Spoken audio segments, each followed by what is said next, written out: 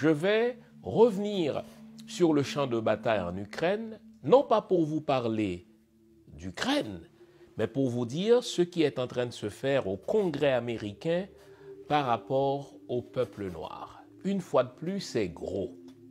Une fois de plus, que l'on soit au XVe siècle, que l'on soit au XIXe siècle, que l'on soit au XXIe siècle, le comportement des peuples occidentaux vis-à-vis des Noirs, vis-à-vis de l'Afrique, vis-à-vis des peuples composés d'afro-descendants, le comportement, dis-je, des États occidentaux est resté le même. C'est ce que j'appelle le paradigme, n'est-ce pas, colonial. Les vieux atavismes, n'est-ce pas, des colons. Eh bien, quel est ce comportement? Pour un occidental, les pays africains, les pays formés majoritairement d'afro-descendants ne sont pas de véritables pays. Au fait, c'est considéré plutôt comme le grenier qui doit servir aux intérêts des peuples occidentaux. C'est insultant.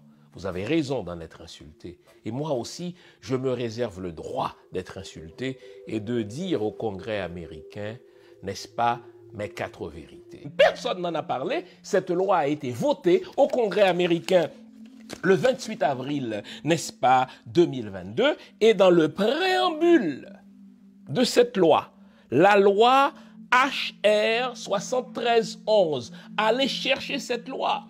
La loi HR 7311, eh bien, le préambule même de cette loi dit, c'est une loi qui a été conçue et votée de manière à contrer l'influence de la Russie en Afrique. Pour quelle raison? Parce que, ils l'ont dit, il y a là des ressources stratégiques dont les Américains auront besoin.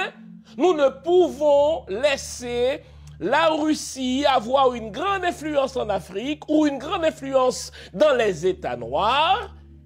Nous allons contrer cette influence. Et pour nous assurer que cette influence ira en diminuant, nous allons punir, nous allons exercer des représailles sur les États africains, sur les organisations africaines ou sur des individus noirs qui vont favoriser l'influence de la Russie en Afrique ou dans les États noirs. Et cette loi que vous devez lire, c'est une loi scélérate, va jusqu'à dire, nous devons identifier ceux qui dans les médias, ceux qui dans l'opinion publique font la promotion du récit russe dans ce qui se passe en ce moment en Ukraine, parce que cette promotion-là aura des impacts sur l'influence des Russes en Afrique. Et là, je me suis senti concerné et j'ai dit, il faut leur dire aux congressmen américains, n'est-ce pas, mes 4 vérités, je vous emmerde. Si l'Ukraine a le droit de choisir son camp au nom de l'autodétermination des peuples, les Africains, les peuples noirs, ont le droit, eux aussi, et nous ne vous demandons aucune faveur, de se rapprocher de qui ils veulent au nom de leurs intérêts. La table est mise, je vais maintenant faire l'exégèse de cette loi scélérate, de cette loi condescendante, de cette loi raciste à toute fin pratique, votée le mois dernier au Congrès américain, loi par laquelle les parlementaires américains, les congressmen disent « Nous allons exercer des représailles sur tous ceux qui veulent faciliter l'influence des Russes en Afrique ou dans les pays noirs. » Je vous emmerde. Article 2, alinéa B, dans cette loi scélérate votée au Congrès américain. Le Congrès américain dit « Nous allons contrer l'influence des Russes en Afrique et nous allons punir tous ceux qui sont complices du rapprochement des États noirs des Russes et qui travaillent à augmenter l'influence des activités russes en Afrique. » Donc, les Africains, eux, n'ont pas le droit de se rapprocher des Russes. Ils n'ont pas le droit d'identifier, n'est-ce pas, leurs véritables intérêts et de dire qu'ils préfèrent mieux le paradigme de collaboration avec les Russes que le paradigme de, si vous voulez, de colonisation avec les Occidentaux, s'ils osent penser en ces termes, nous allons les punir.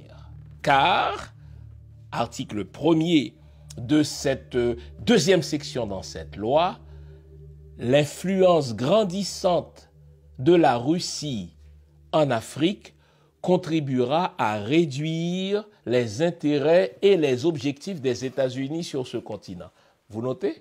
Ce qui compte, ce ne sont pas les intérêts des Africains eux-mêmes, c'est plutôt que l'influence grandissante des Russes en Afrique va contribuer à terme à réduire les intérêts américains et les objectifs américains en Afrique. Nous ne pouvons tolérer cela. Nous devons contrer l'influence russe en Afrique et punir tous ceux qui veulent favoriser cette influence.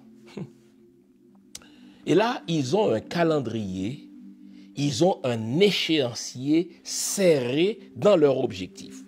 Dans les 180 jours, dit l'article de cette loi, suivant l'adoption de cette loi au Sénat, le secrétaire d'État, Anthony Blinken, doit élaborer un plan de concert avec les agences fédérales et venir dire au Congrès comment le département d'État compte s'y prendre pour réduire l'influence des Russes en Afrique, que ce soit par le biais des oligarques, que ce soit par le biais des organisations qui font des dons aux Africains ou par le biais de tout officiel ou d'individus qui favorisent la dite influence des Russes en Afrique. Nous devons aussi, dit cette loi, identifier ceux qui manipulent l'opinion publique en faveur de l'influence russe, ceux qui manipulent non seulement les populations noires, mais les diasporas, les groupes, c'est le mot qui est utilisé, les groupes en diaspora, n'est-ce pas, qui tentent d'influencer l'opinion publique en faveur, n'est-ce pas, du récit russe. Nous devons les identifier et les inclure, n'est-ce pas, dans nos représailles. Les États-Unis, continue cette loi scélérate, doivent investir et s'engager, écoutez bien, dans le contrôle de secteurs stratégiques en Afrique. Donc, les secteurs stratégiques que les États-Unis identifient comme devant servir à leurs intérêts en Afrique, eh bien, le Congrès donne le droit à l'État américain de contrôler, ni plus ni moins, ces secteurs stratégiques en Afrique. Et les États-Unis identifient ces secteurs-là. Les mines, les ressources naturelles, l'extraction ou l'exploitation de ces mines-là, les entraînements sur des bases militaires, les coopérations en matière de sécurité, les accords qui se passent entre la Russie et l'Afrique en matière d'information et de communication, donc toutes les technologies de l'information, nous devons prendre le contrôle de cela en Afrique pour réduire l'influence des Russes en Afrique. Donc, l'Afrique qui est le plus grand continent, l'Afrique qui bientôt, n'est-ce pas, hébergera 25% de la population mondiale, l'Afrique qui est le continent le plus riche, ne peut pas décider par elle-même. Les États-Unis disent dans leur foutue loi scélérate, nous devons contrôler n'est-ce pas, les secteurs stratégiques de télécommunications, les secteurs stratégiques de l'extraction et de l'exploitation des mines. Car pour nous, c'est une question de sécurité. Nous ne pouvons pas laisser les Russes s'engager dans des secteurs de coopération en matière de sécurité avec les Africains. Et là, ils disent, pendant les prochaines années, nous devons identifier les gouvernements africains, identifier les officiels des gouvernements africains, identifier les individus qui facilite les transactions avec les Russes, que ce soit par des activités, n'est-ce pas, de donation, des activités, n'est-ce pas, de bienfaisance, ou bien des activités autres. Nous devons les punir, nous devons exercer des représailles contre eux. Pas seulement contre les officiels de gouvernement, pas seulement contre les entités gouvernementales, pas seulement contre les organisations, mais également contre des individus, des gens comme vous et moi, n'est-ce pas, qui avons une influence sur la diaspora. Le mot diaspora est utilisé ici. Les identifier, exercer des représailles contre eux, parce que nous ne voulons pas d'hommes et de femmes qui se rapprochent, d'hommes et de femmes noirs, j'entends, qui se rapprochent des Russes, et s'ils osent le faire, nous allons les punir. Et dans cette loi scélérate, il y a 2 représailles qu'ils comptent exercer contre ces gens-là qui veulent le rapprochement des peuples noirs des Russes. On va geler leurs biens et on va leur interdire l'entrée aux États-Unis. Les mêmes vieilles méthodes scélérates.